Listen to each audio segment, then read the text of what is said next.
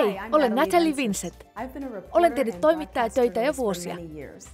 Kun tuottajat pyysivät minulta raporttia Nidora-nimisestä painonpudotustuotteesta, ajattelin mielessäni, tuote kuulostaa liian hyvältä ollakseen totta. Olet ehkä lukenutkin Nidorasta aikakaus- tai sanomalehdistä tai nähnyt sen TV:ssä. Nidora on ollut paljon esillä puoli vuotta kestäneen 1000 naista ja 1000 miestä kattaneen tutkimuksen julkistamisen jälkeen, jossa keskimääräinen painonpudotus oli yli 14 kiloa.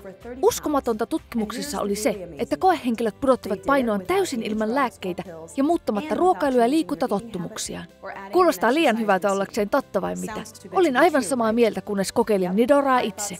Tätä täytyy kokeilla itse ennen kuin uskoo, kuinka helppoa painonpudotus voi olla. Nidoran pakkaus on kaksipuolinen sirotin. Toinen puoli on suolaiselle ja toinen makealle ruoalle. Sirottimen suolainen puoli, jossa lukee teksti salty, on tarkoitettu ruuille, joihin normaalistikin sirottelisit suolaa tai pippuria, lihalle, pastalle, kasviksille ja perunoille. Sirottimen toisella puolella lukee teksti sweet, ja se on tarkoitettu makeille ruuille, kuten hedelmille, jälkiruuille ja jäätelölle. Suolainen ja makea eivät tarkoita, että tuote sisältäisi suolaa tai sokeria tai tekisi ruoastasi suolaista tai makeaa. Merkinnät osoittavat vain millaisiin ruokiin tuotetta tulee käyttää. Nidora ei muuta ruokasi makua millään tavoin, eikä sitä huomaa ruoasta lainkaan. Tuotetta vain sirotellaan kaikkeen ruokaan, ja se tekee ihmeitä. Tuhannet ihmiset ovat sanoneet tuotteelle kyllä.